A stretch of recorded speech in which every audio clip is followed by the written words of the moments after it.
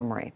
In the day's other news, two suicide bombers killed at least 38 people in central Baghdad. More than 100 others were wounded when the attackers blew themselves up in a town square. The place was crowded with vendors and day laborers. It was the deadliest attack since Iraq declared victory over the Islamic State group last month. Turkey is condemning U.S. plans to build a Kurdish security force inside Syria. The U.S. says that 30,000 fighters would guard against any Islamic State resurgence. But the Turks view the Syrian Kurds as loyal to insurgents inside Turkey. In Ankara today, President Recep Tayyip Erdogan warned his military will, quote, drown the Kurdish militia, and that U.S. troops better stay out of the way. Despite all our objections, all our warnings, a country we call an ally insists on establishing an army of terror along our borders. Don't stand between us and terrorists. Don't stand between us and a herd of murderers.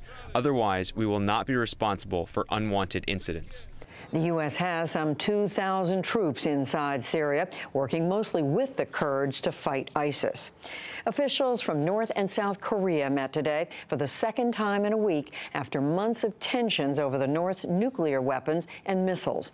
Negotiators sat down again at a border village along the demilitarized zone.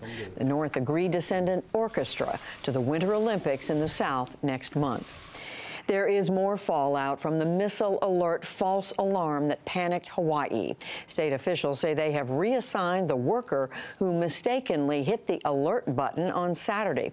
From now on, it will take 2 people to send an alert, and they are making it easier to cancel a false alarm. It took nearly 40 minutes on Saturday.